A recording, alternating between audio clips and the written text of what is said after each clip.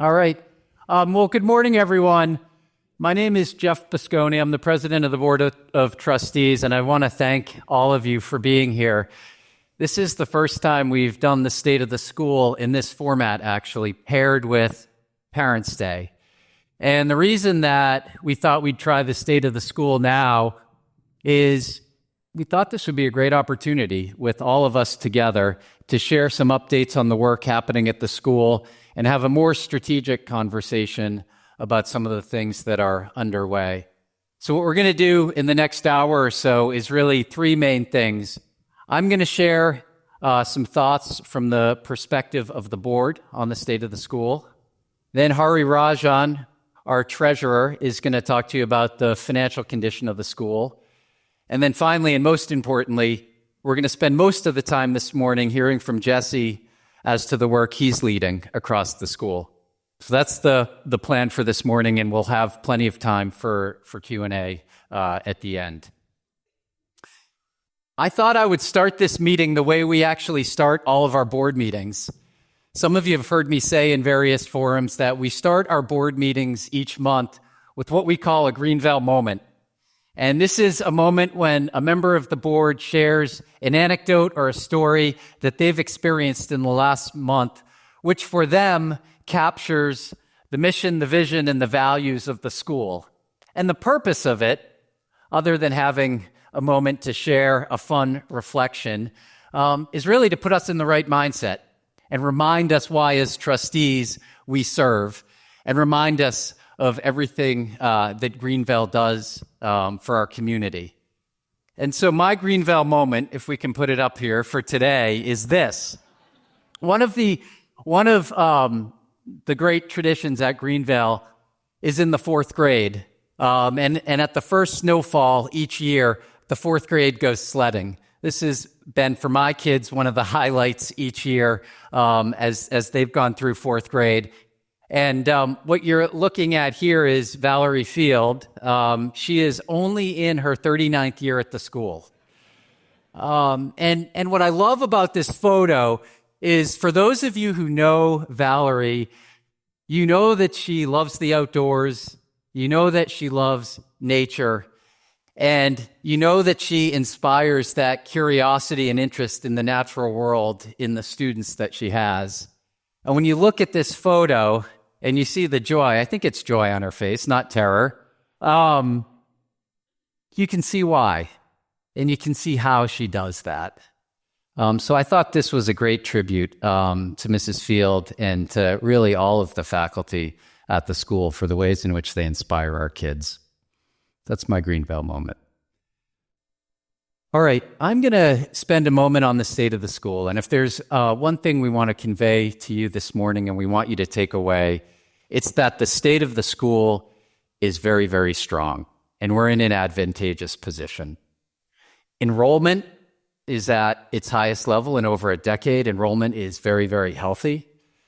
At the same time, selectivity in admissions continues to increase. In fact, this last year was the most selective year from an application and admission standpoint that we've had in the last 20 years. And while demand has continued to grow and enrollment has continued to modestly increase, our student-to-teacher ratio remains low. It remains constant. And that's a really important thing that we watch closely. We think the student-to-teacher ratio, the small classes, are one of the most valuable things that we deliver here at Greenvale. At the other end of the spectrum, so that's admissions, at the other end of the spectrum, in terms of ex-missions, our eighth graders leaving the school, 90% of our eighth graders are being accepted at their first choice school. And these schools include some of the top secondary schools in the country. As far as our teachers go, in the last year, we retained 100% of our teachers. We had zero regrettable attrition. That's an extraordinary fact for a school and extremely rare. I think it speaks to the very intentional ways in which Jesse and the team and we as a community support and invest in our teachers. Finally, what I wanted to share with you is this fall, we've had a number of visitors to campus. we had Deborah Wilson come. Deborah is the head of the National Association of Independent Schools, the largest trade association, if you will, for independent schools in the country. And she came to campus to spend time with our faculty and also spend time with our board. And one of the interesting things she talked about with us was the bifurcation that she sees happening right now among independent schools. You have a group of schools who are struggling a little bit with enrollment, which is putting pressure on their financial models, which is making it harder for them to invest in their programming, in their infrastructure, etc. On the other hand, you have a small group of schools who are quite healthy, who have demand, whose enrollment is very healthy, who continue to invest in programming, in their physical plant, in their futures. And what you're seeing is increasing distance between those two camps. And based on her visit here to Greenvale, she squarely puts us in the second camp, which is a great thing. Another visitor we had recently to campus was Peter Becker. He's the head of school at the Taft School in Connecticut. We invited him to spend some time with our board to share his insights and his perspective on what's happening among leading secondary schools. Of course, the destination for many of our students. And what was interesting about his talk was he spent a lot of time talking about character education and the importance of character education in the current climate. And one of the things he pointed out was he thinks Greenvale's a leader in this space. So that was a real, I think, tribute to our school. And actually that we can attract these type of leaders to our campus, I think speaks to the reputation overall of Greenvale. So look, what I hope you take away from this is you have made an amazing choice for your children. The school is in great shape. I'm going to pivot now and spend a moment on the board, who we are, how we work, and a couple of the things we're focused on. So our board has 19 members. We have very intentionally constructed our board to ensure that we have a variety of skill sets. We have doctors, we have lawyers, we have teachers, we have people from the nonprofit world, we have people from the world of communications and public relations, we have people from the world of strategy, corporate strategy, we have people from the world of finance. Our overarching goal is to bring these skills to bear to support the school. All of us are current parents or former parents. So we're stakeholders in the school. That's important.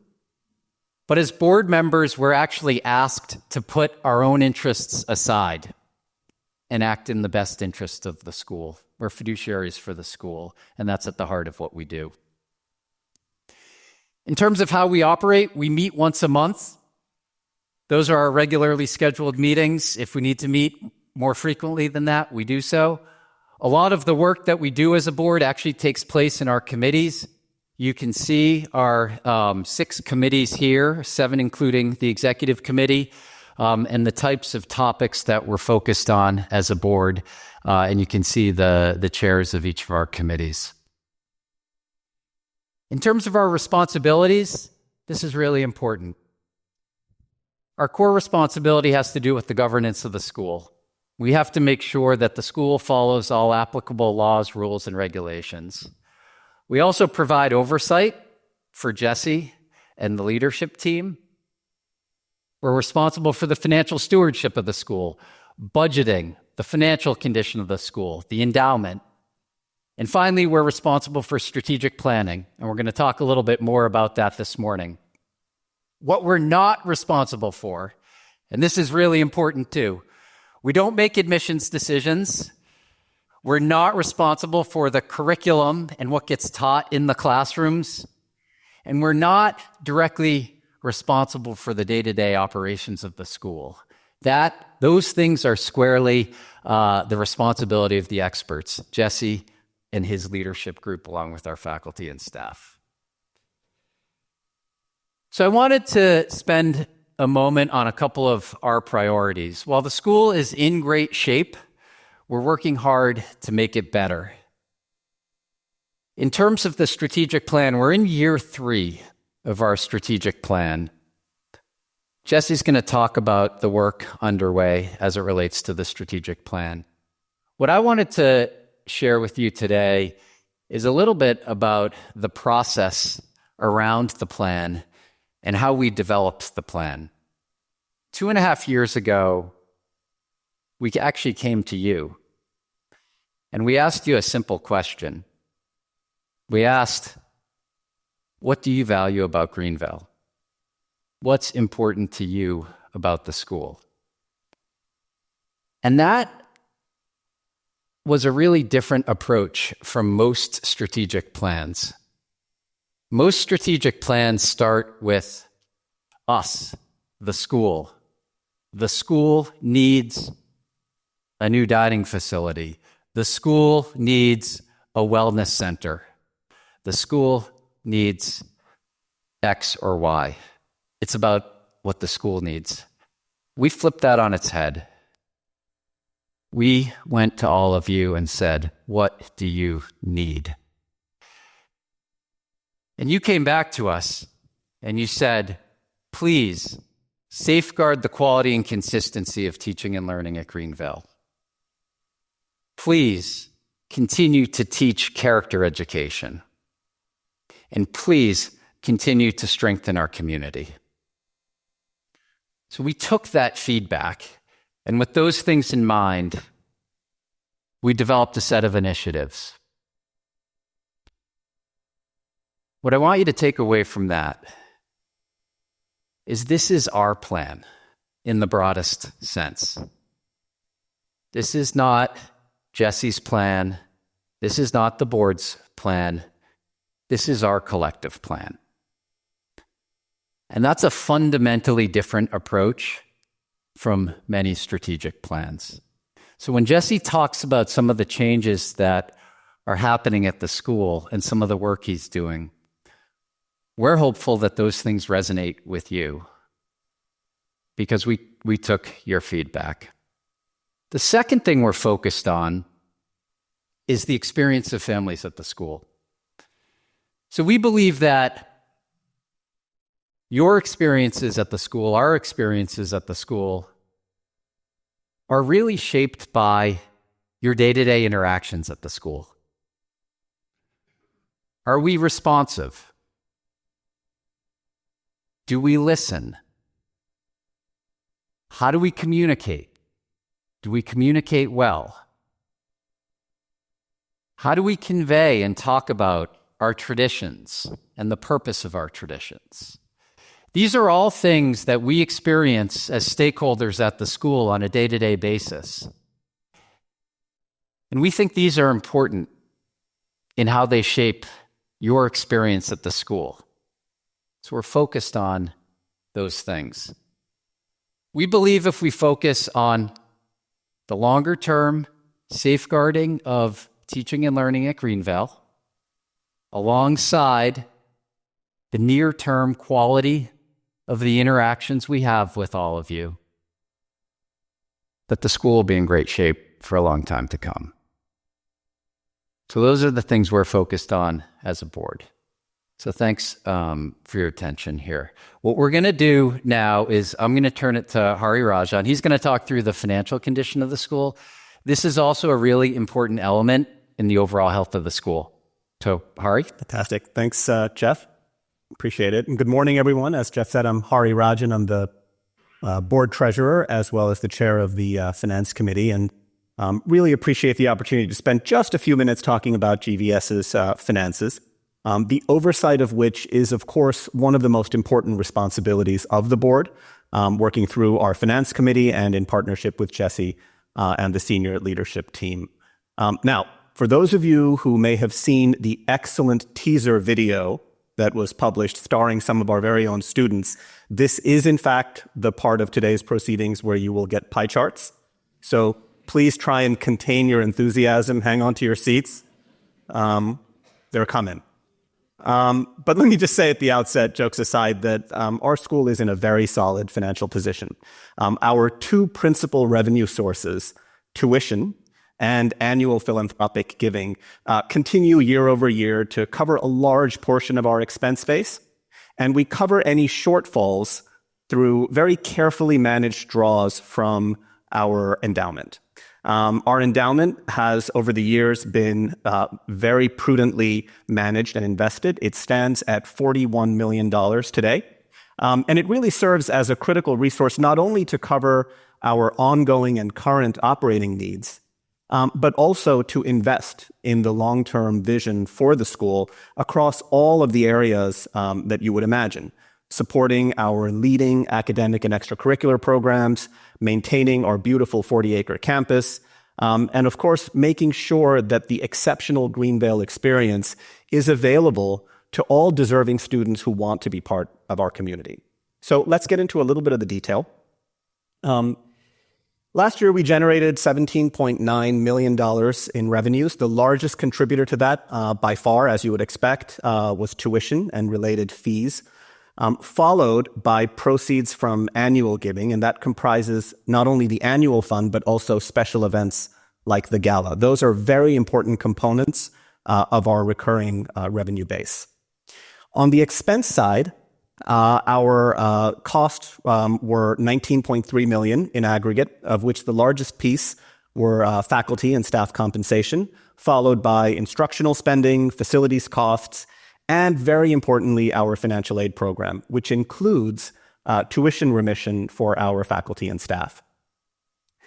That obviously resulted, you can do the math, in an operating loss of about $1.4 million, which we funded through a draw on our endowment. That level is consistent with historical averages. We generally range from about break even to about $1.5 million in annual deficits. And with our current scope of operations and cost pace, that is a pattern that we anticipate will continue. And what that means is it allows us to draw only a very small percentage every year, typically between 1% and 3% of our endowment. And as a result of that, assuming financial markets remain conducive, and with the help and advice of our new investment manager, which is Common Fund, we have and maintain a financial model that can very safely accommodate the types of ordinary course fluctuations a school like ours might experience.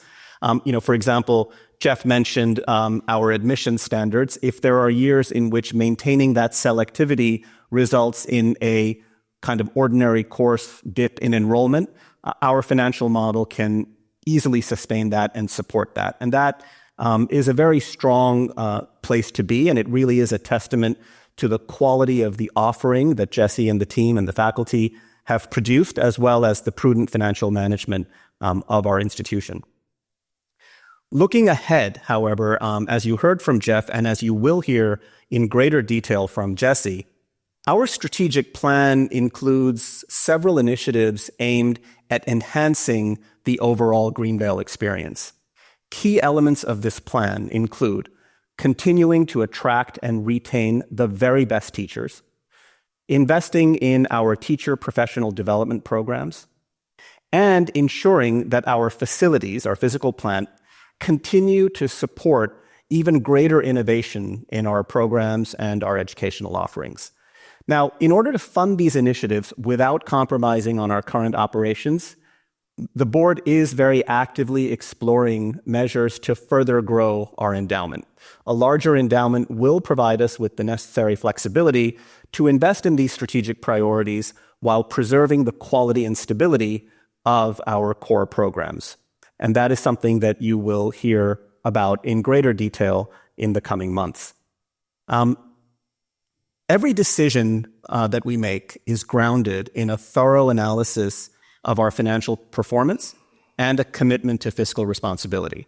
Our budgeting practices, careful expense management, and the strategic use of our endowment seek to ensure that we not only meet our current obligations, but also set the stage for future growth. Now, your support is instrumental in that process, and I would be remiss if I did not use this as an opportunity to ask everyone who is able to please contribute to the annual fund.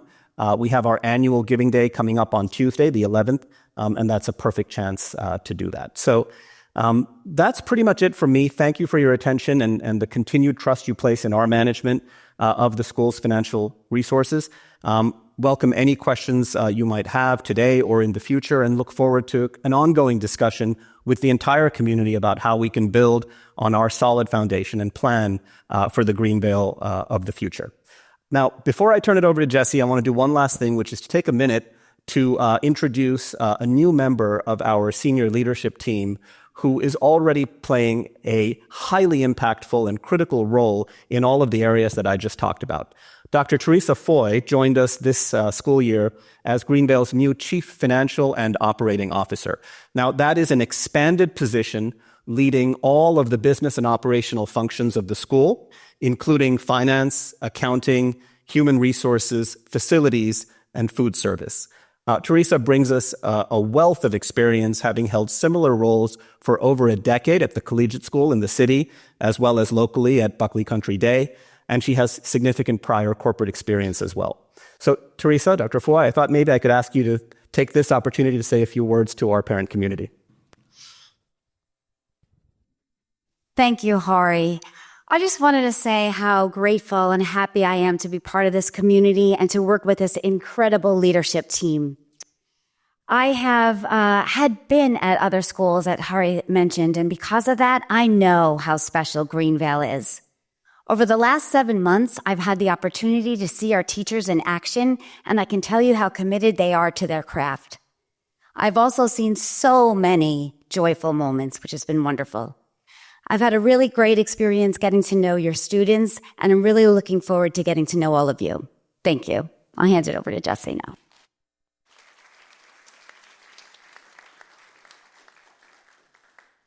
Okay, thank you, Jeff, Hari, and Teresa for your insights and your efforts. Yes, I have a beard. Okay, the beard is partly because the Eagles are doing very well in the playoffs. Go Birds!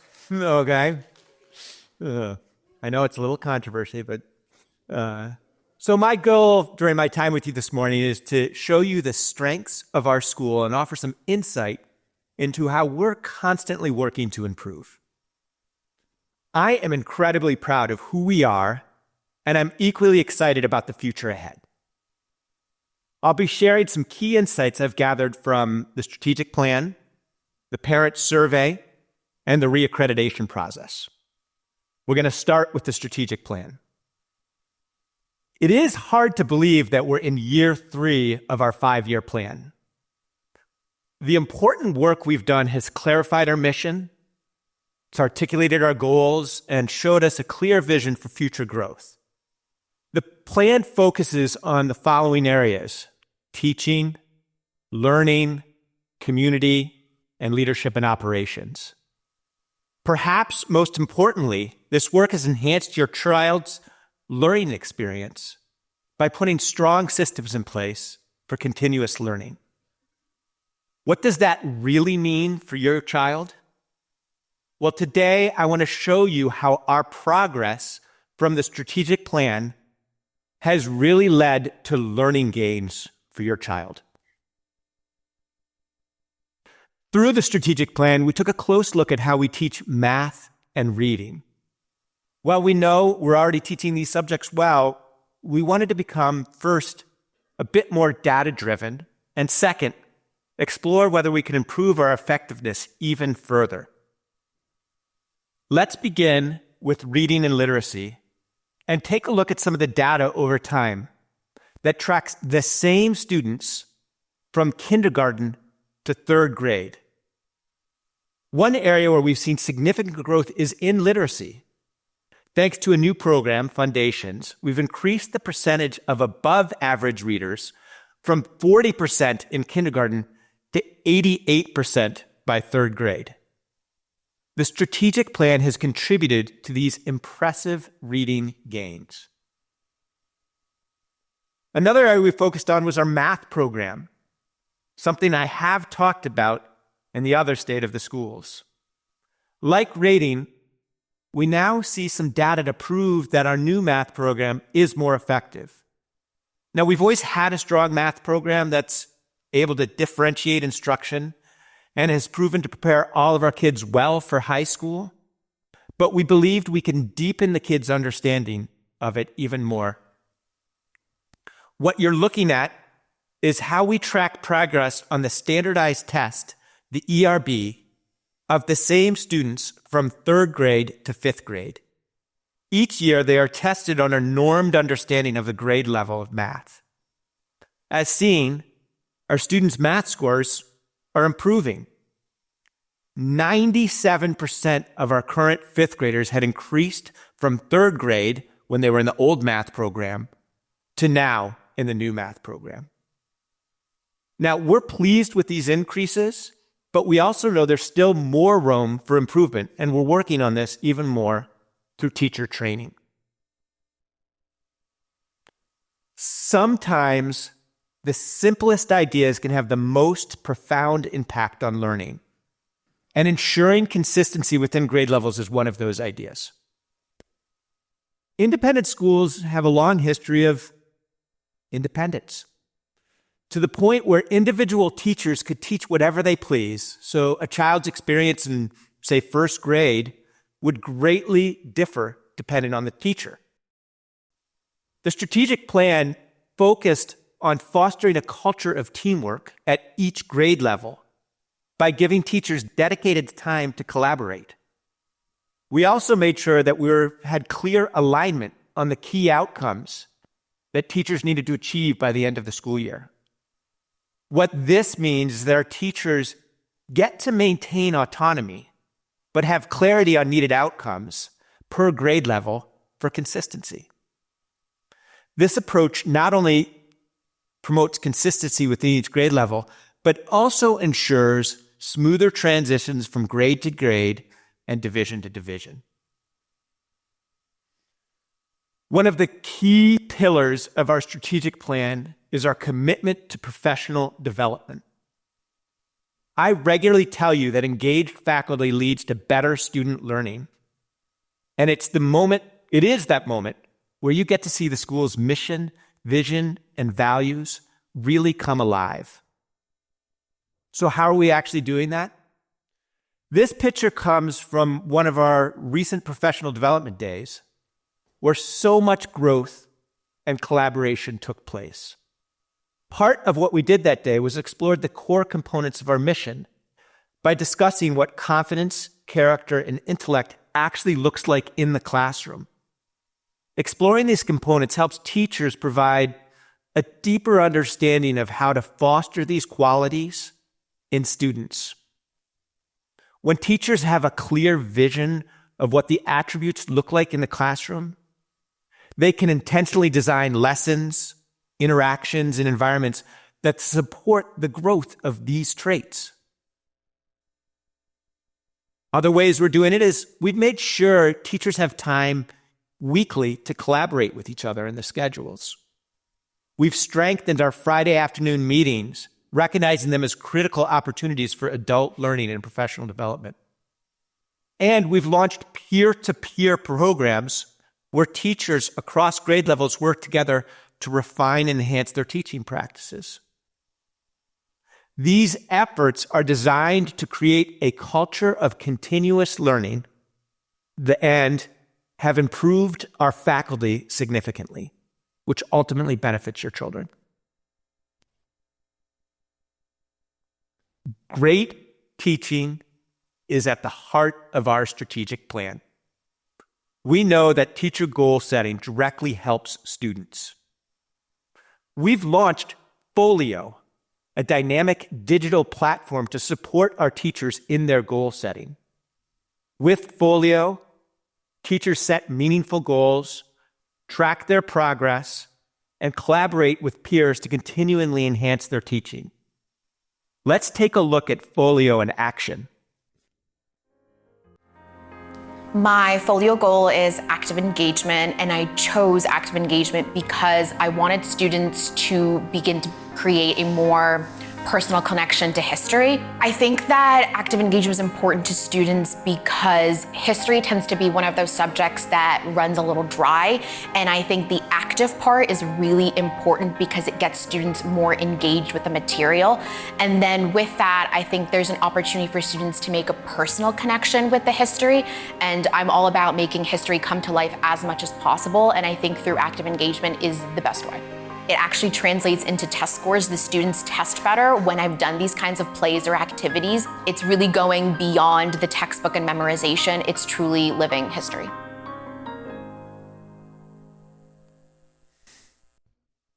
The launch of Folio is an essential step in our commitment to excellence in teaching and aligns perfectly with being a model for pre-nursery through 8th grade education.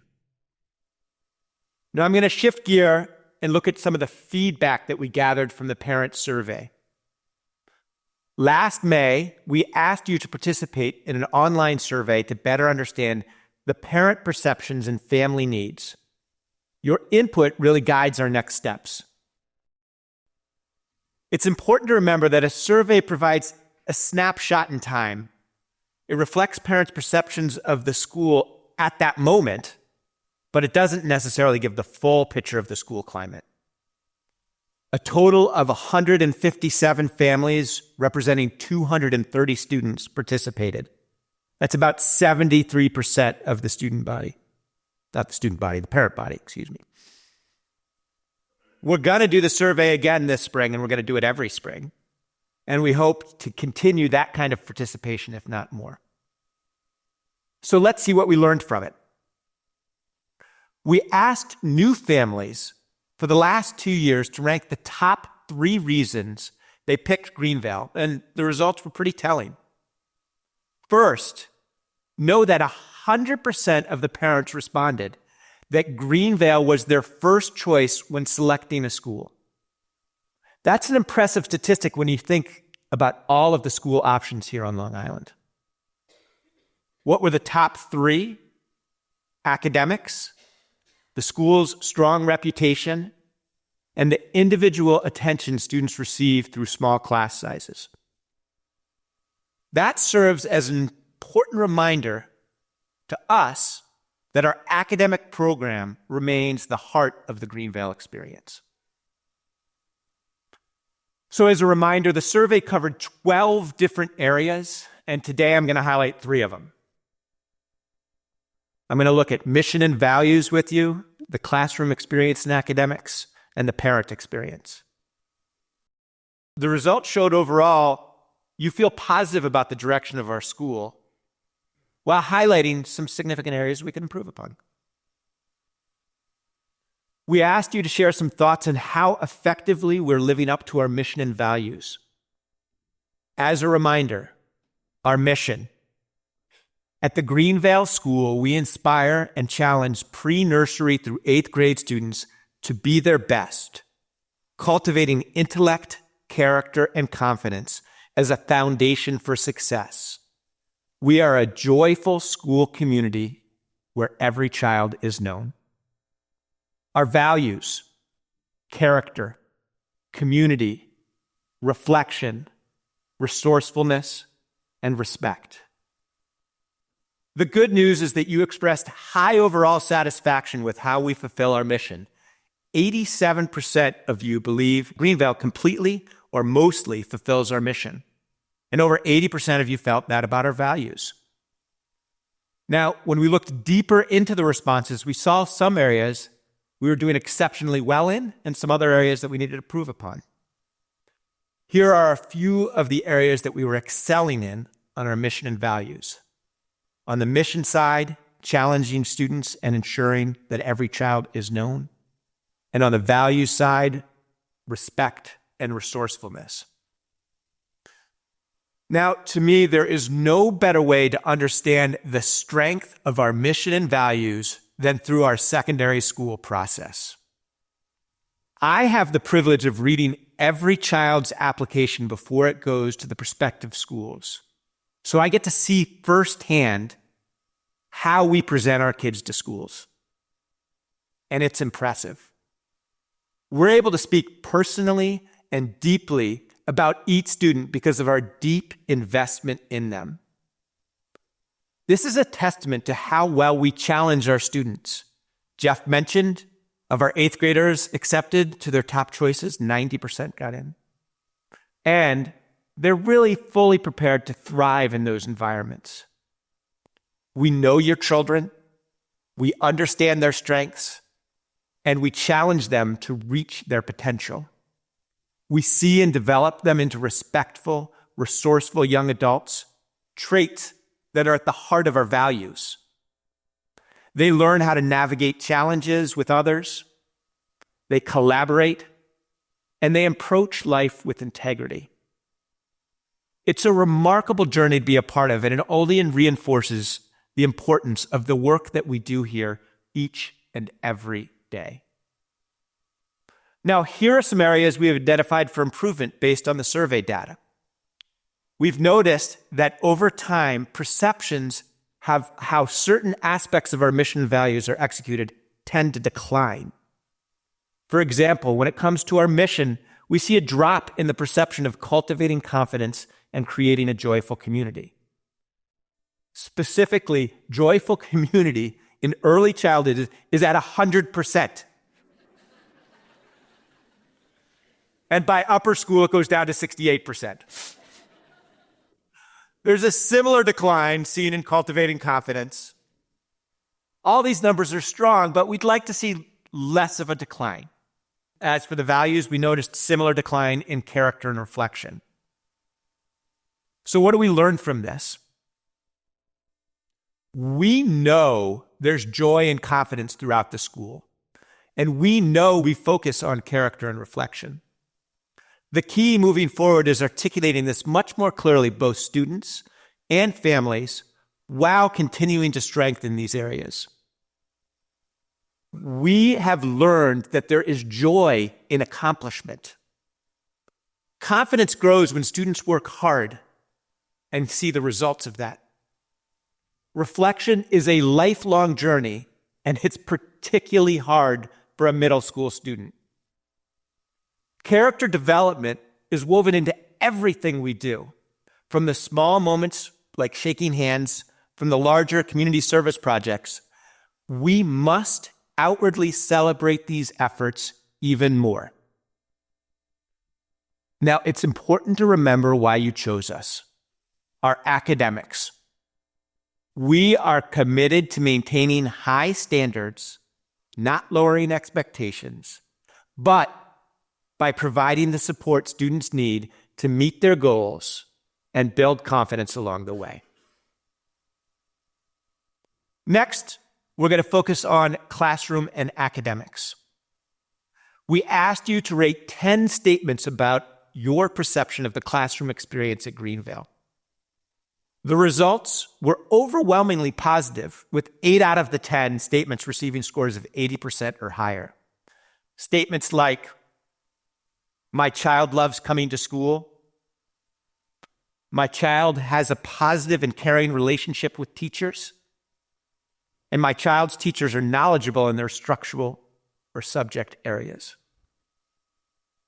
A couple of statements rated in the 70th percentile, such as, "My child's teachers proactively offer support to my child when needed," and "My child teacher adapts to my child's individual learning needs."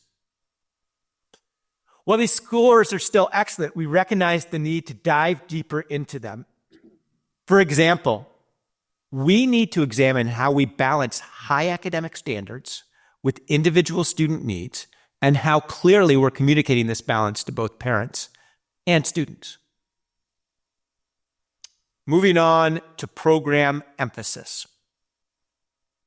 We asked you to rate the emphasis of 10 core elements of the Greenvale experience, from way too little to way too much.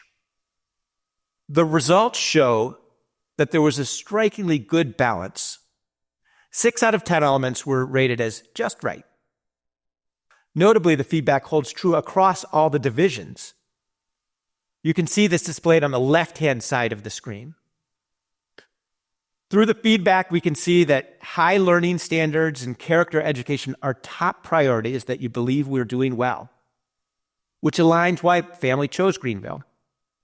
Following that, you've expressed desire for continued focus on our core subjects like English, history, science, as well as technology.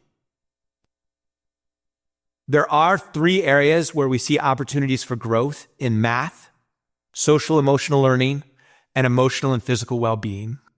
I mentioned math already. We've recently updated our program, and we're focused on ensuring that the changes are leading to visible progress to everybody. Regarding emotional and physical well-being and social emotional learning, it's clear that you value the importance of our academic excellence. However, you also want to ensure that it does not overwhelm your children.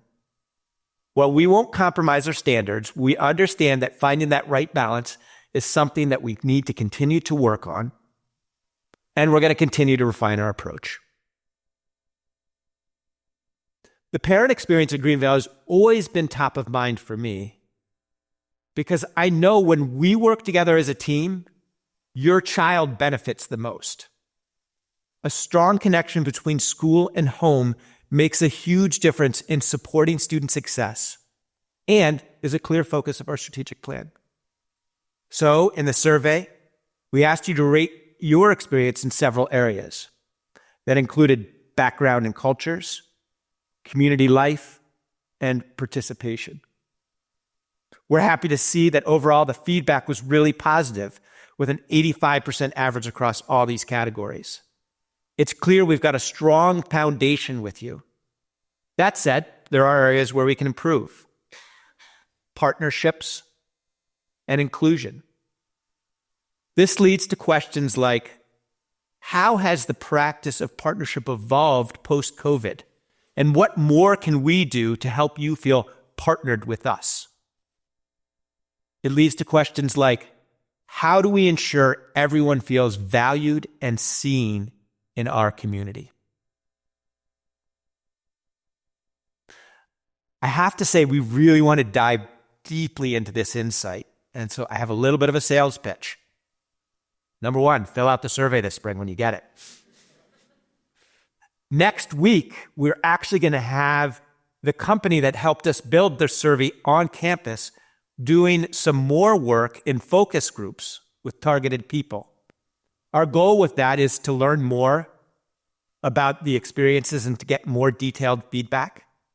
We're going to refine the survey, and we're also going to develop a few new surveys for students, alumni, and teachers to fill out so we can get a full, well-rounded view of a community. We're a school that truly values feedback and is continuously looking for ways to gather it. I mentioned before, independent schools are known for their independence. We remain a very independent school, but the feedback loop is the critical way for us to continue to grow and get better. Your participation in these surveys makes a huge impact, and we're grateful for your help in shaping the future of Greenville. This past fall, we proudly completed our 10-year reaccreditation process. This is a significant milestone that speaks towards the strength and integrity of our community. And just this week, we received our official reaccreditation. That's it.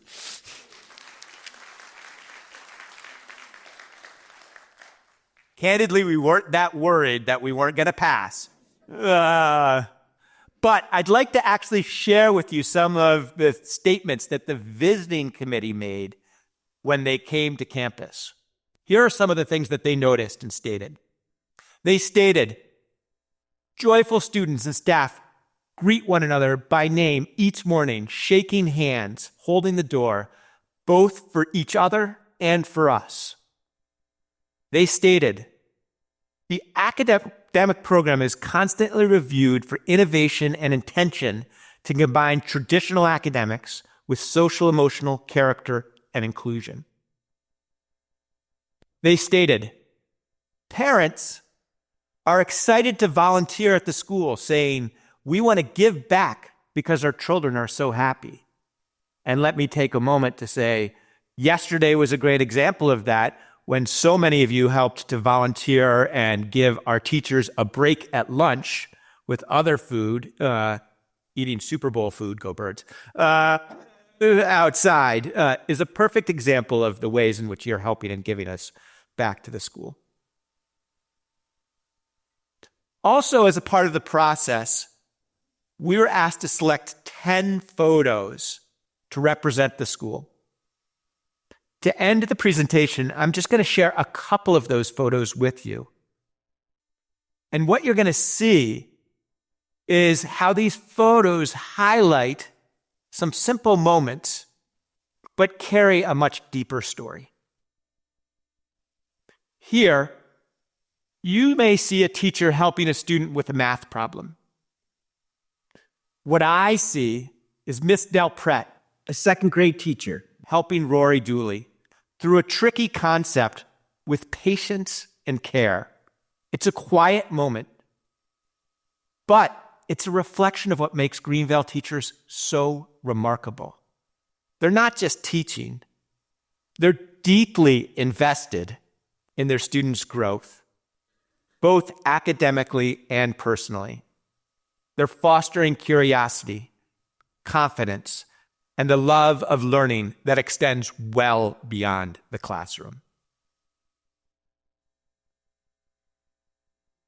Here, you might see students cheering for Blue Gold Day, caught up in the excitement of the competition. Please note that gold seems to have won here. What I see is a deep tradition that has been a part of Greenvale since 1928, where students aren't just a part of an event, they're a part of something much larger. From the thrill of Blue Gold Day, to the creativity of a play, to the excitement of the boat races, to the pride of the author's tea, each tradition shapes the experience and memory of being a Greenvale student long after they leave. Here, you might see a graduation photo capturing the proud moment when the 8th graders take the final step as Greenvale students. What I see is a culmination of years of growth and learning and experiences that have prepared them for their next chapter. These graduates leave Greenvale not only with strong academic foundation, but with the confidence and drive to carry on our vision, putting their ideas into action for the greater good. Thank you.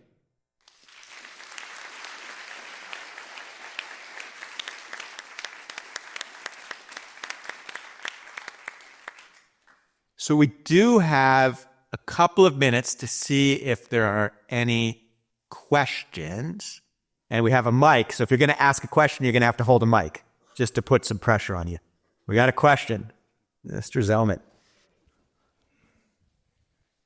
I can't thank you all enough. Every time I see you, Jeff, speak, and I can't be more impressed and know how lucky we are to have you and and Harry and, of course, Jesse handling our children's lives. It's spectacular. We've had other schools that my older kids went to in the city that were wonderful, but nobody with a team like you. And I want to really thank you very much for that. I do have one question. I saw on your presentation that one of your main areas of focus was DEI. And for various reasons, people feel more comfortable, as I do now, speaking out about it. And I want to know, what's your long-term plan? I could tell you why I feel it shouldn't be involved here, but I'd like to know what you think and how you plan on handling it in the future. Sure. I can start on that, and then we have others chime in here. Look, I think let's start with a couple of principles. We live in a dynamic world right now. As a school, fundamentally, we believe in inclusion. We believe in the importance of diverse perspectives. Those things have been true at Greenville for a long period of time. We believe in those things because we believe that they foster a great education. Now, and let me say this, we have a diverse community. I'm looking out at you right now. We have gender diversity. We have racial diversity. We have religious diversity. We have people from a lot of different countries of origin. We have different pathways to Greenville. We have people from different parts of Long Island. There's a lot of diversity in our community, and we think that's a great thing because it fosters a great education. As I said, the world is dynamic right now. Our job as leaders of the school is to pay attention to what's happening out there, stay calm, and ensure that we continue to follow all laws. And this is what we've always done. So we'll look at all of our programs, ensure that we are compliant. We believe we are. And we'll pay attention, and we'll adjust anything as needed. That's a little bit of my perspective on it. And Jesse or Hari, if you want to. Maybe I'll just quickly, and then we'll Yeah. let Jesse address it probably most substantively. I mean, I sit on the committee that you're referring to, and what I would observe is that the topics that we discuss haven't changed at all as the environment around DEI, has evolved. I mean, we're very intentional. We're very focused on the things that Jeff mentioned. We want to make sure that every member of this community that shares our values feels included and feels welcome. That has always been the focus of that work in the past, now, and in the future. And I think we're privileged for that work to be insulated from a lot of the noise around DEI past and present and future. And that'll continue to be the case. And I'd close by saying I understand there are some people who will even root for the Chiefs. I'm not sure why. But I guess it's diversity.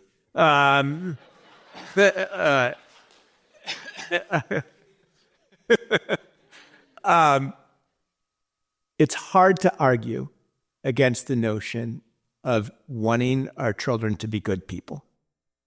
We look at our experience and ensure that we are helping our children to be respectful. We're helping our children to be reflective, and we're helping our children to ask good questions. And those are notions that far outlast any kind of trend when it comes to language and the ways in which people are viewing perspective now. And so we hold on to what we see as the tradition of character education as really the backbone of an experience at Greenville, while looking forward and knowing that the world is a global place and that we have to prepare students to ask good questions and lead with humility and with integrity. And it's our hope that we're doing exactly that. And so it is, I think the only thing I'd push back on is it is a part of the academic experience. It is not a leading force, if you will, when it comes to what is happening. And we see it as an important part of it when it comes to the experience of Greenville. Yes.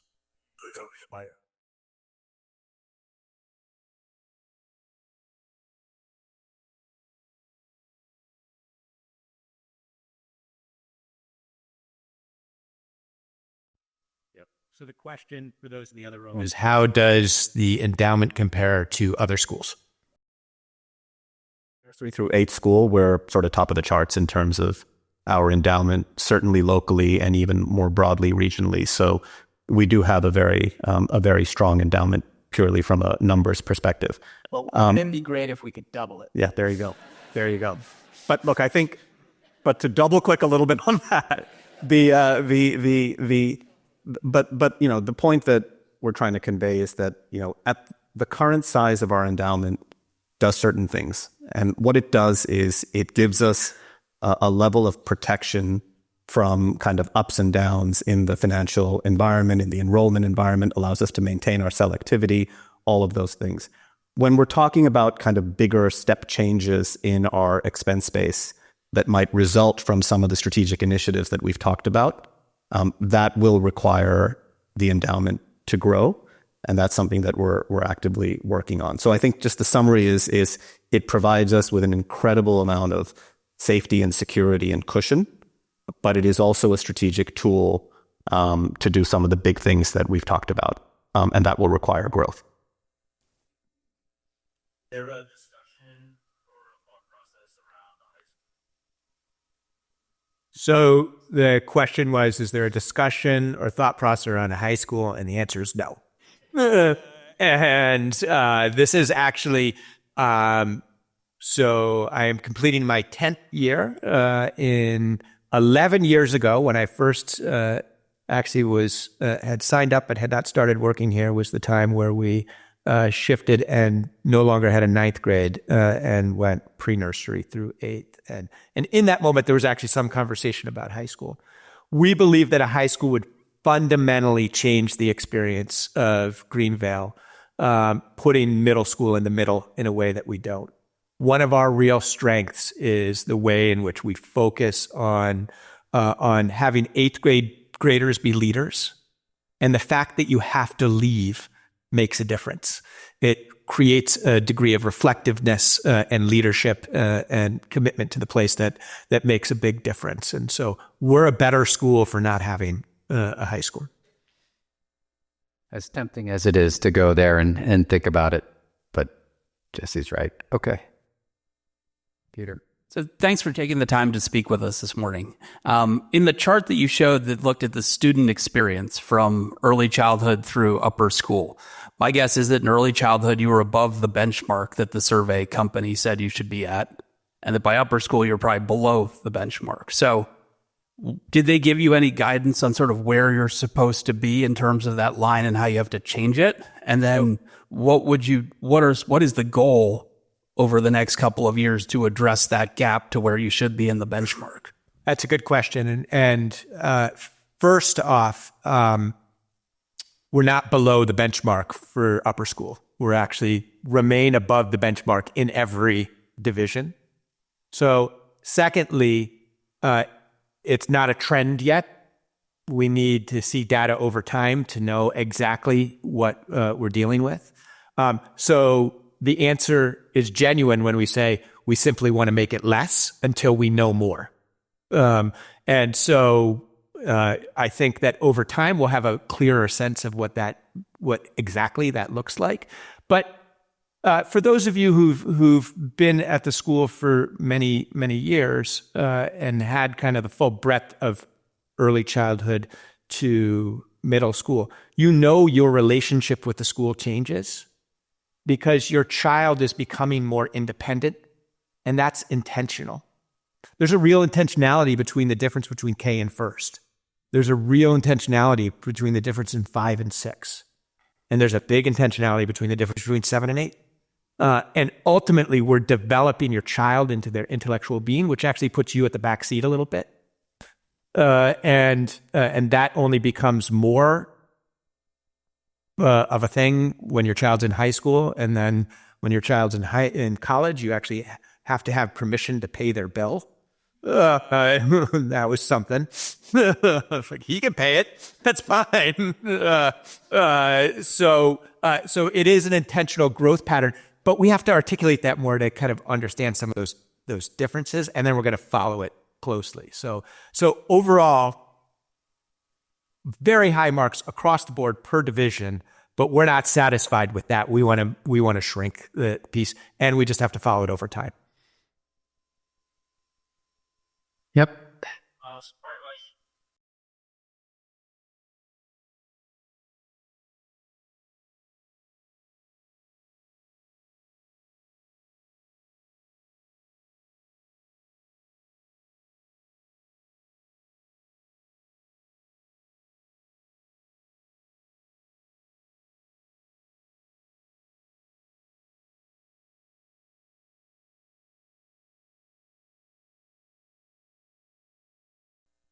Sure. So that was a two-part question. First question on how much do we learn from the experiences of other schools? And then secondly, how do we see math gains across state standards? Is that what you said?